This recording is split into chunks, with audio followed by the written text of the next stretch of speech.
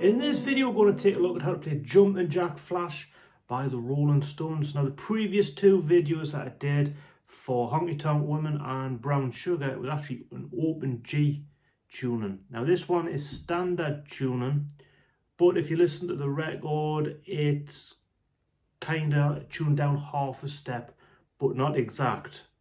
So watch out for that if you're trying to play along with the actual track itself. I'm in standard tuning for the sake of this video. Now, there's a number of ways of playing the introduction. The easiest way, because it's B, E and A. 2, 3, E, A, and again, and again, and again, and then for the main riff to start. So it's kind of got that 1, 2, 3, and then to go into that progression again, both going.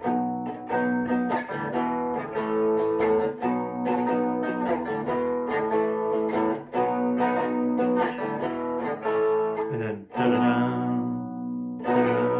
like that, which is fairly straightforward. But every time I hear that played, lots of people play it different ways. Some people play the B there, some there. It never quite sounds exactly the same as the record, and it's always puzzled us. Now, one way that I've seen of doing it, which sounds more accurate to me, is a lot more awkward to play, but does sound more in keeping with the track if you're trying to emulate it exactly. And because the first part, it sounds, the tape almost sounds shaky. If you listen to them first, it sounds there's a bit of a wobble on it. You could play B like that, the unorthodox way. So you're using the D and the G on the 4th fret, which is part of the B chord played in that position, and you're using the 7th frets of the B and the high E. There with your little finger, which is part of the B played in that position. So you're kind of mixing it, which sounds more like it to me. Then when we go to E, we're doing E in that position like that. 5th frets of the B, putting our ring finger on the 6th fret of the D. Little finger remains there on the B note on the 7th fret of high E. And then as we go down to the A, playing an A like that, little finger on the A note, 5th fret of E. Like that. And it kind of rings out a lot more. So you've got this kind of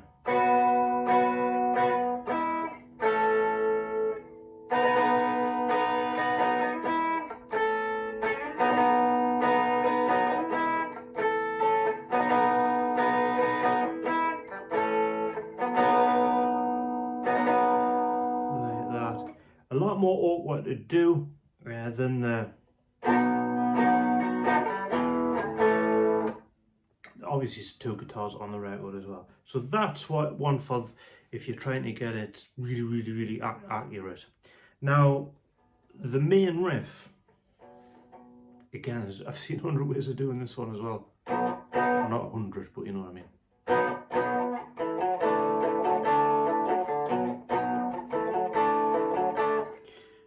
B,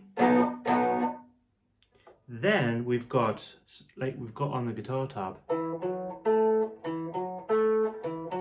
we're going 7/9 on A to the 7th of D.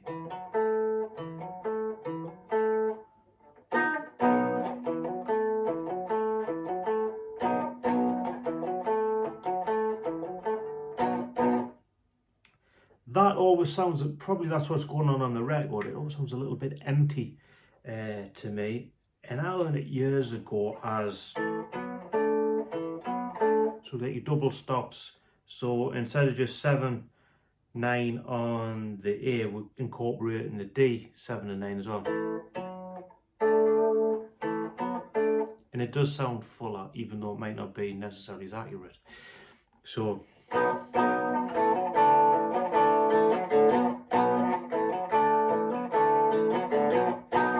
like that.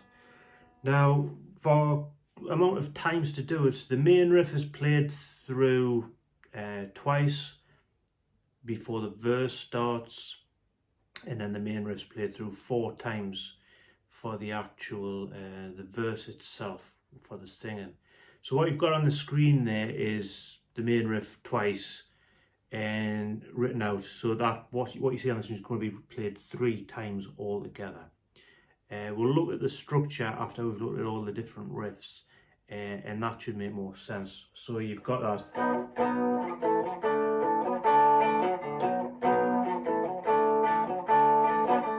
Then you're going to play that through a further 4 times for the verse.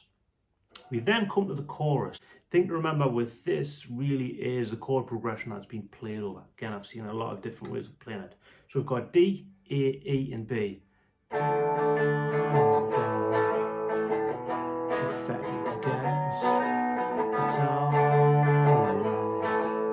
Jumpin' jack flash, it's the gas.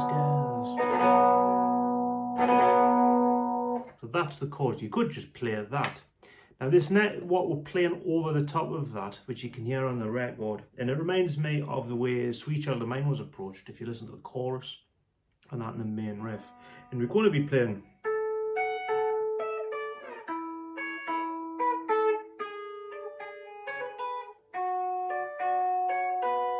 and then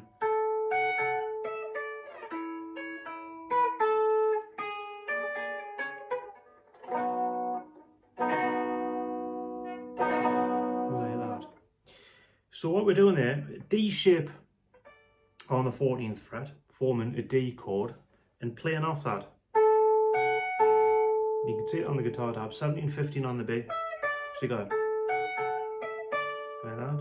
Go down to the 9th fret, form a D shape. So we're playing off the A, same thing, 12, 10 on the B.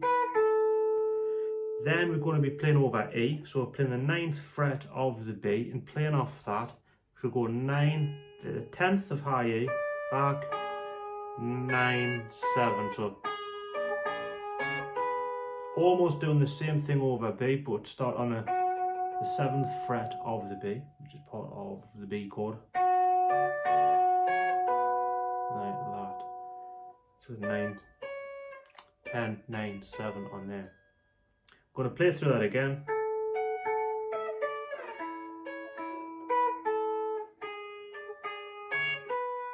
And then the B chord instead of playing that little bit.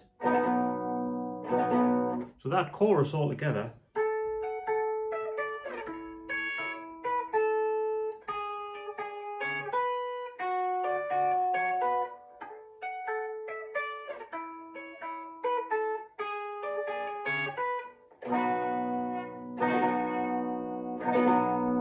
Like that. And that's your chorus. But like we say, you could just stick with D, A, E and B.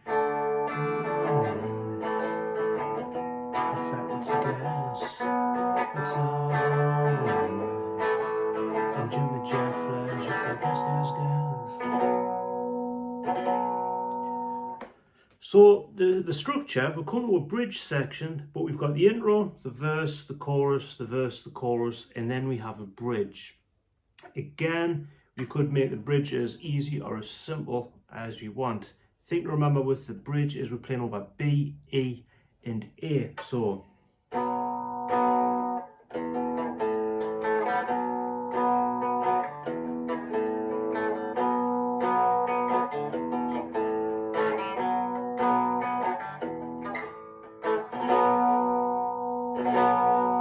like that. What we could do there is B.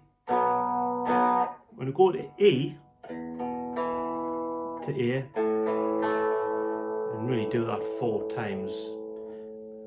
And then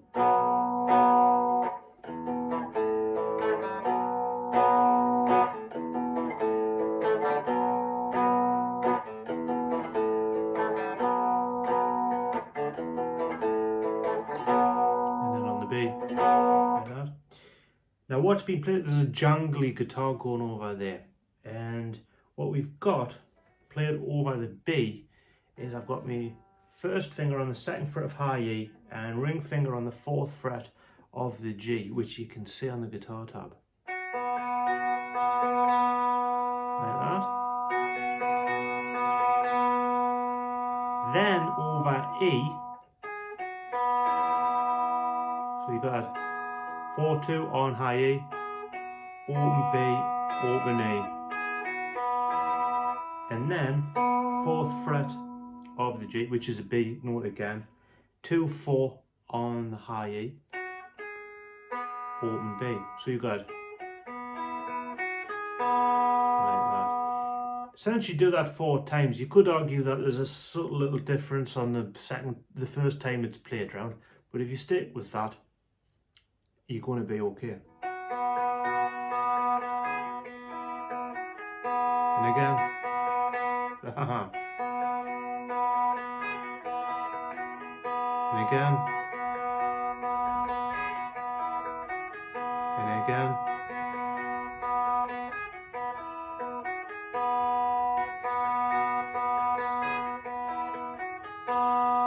And then over B,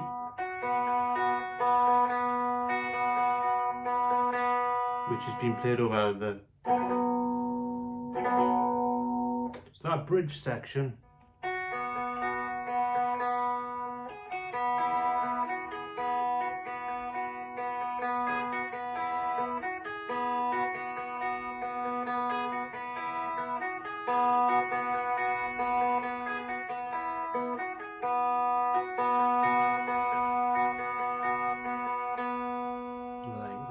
sounds really nice.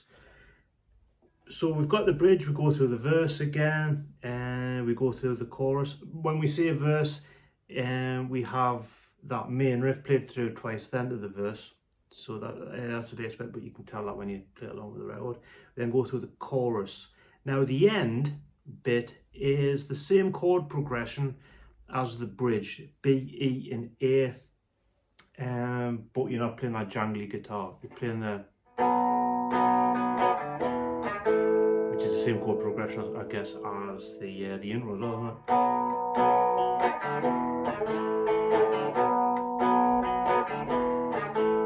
Like I'm playing it like you could do the. There's a little fill at the end, which you can hear this little guitar going.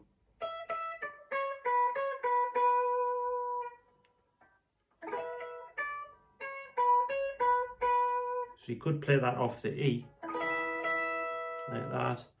So 12th fret of high E, B, 15, 14, 12,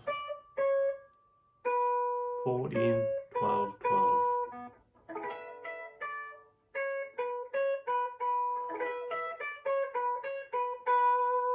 And you can hear that right at the end. So as always, thank you for watching, and I hope that helps you be able to play the Rolling Stones' Jumpin' Jack Flash.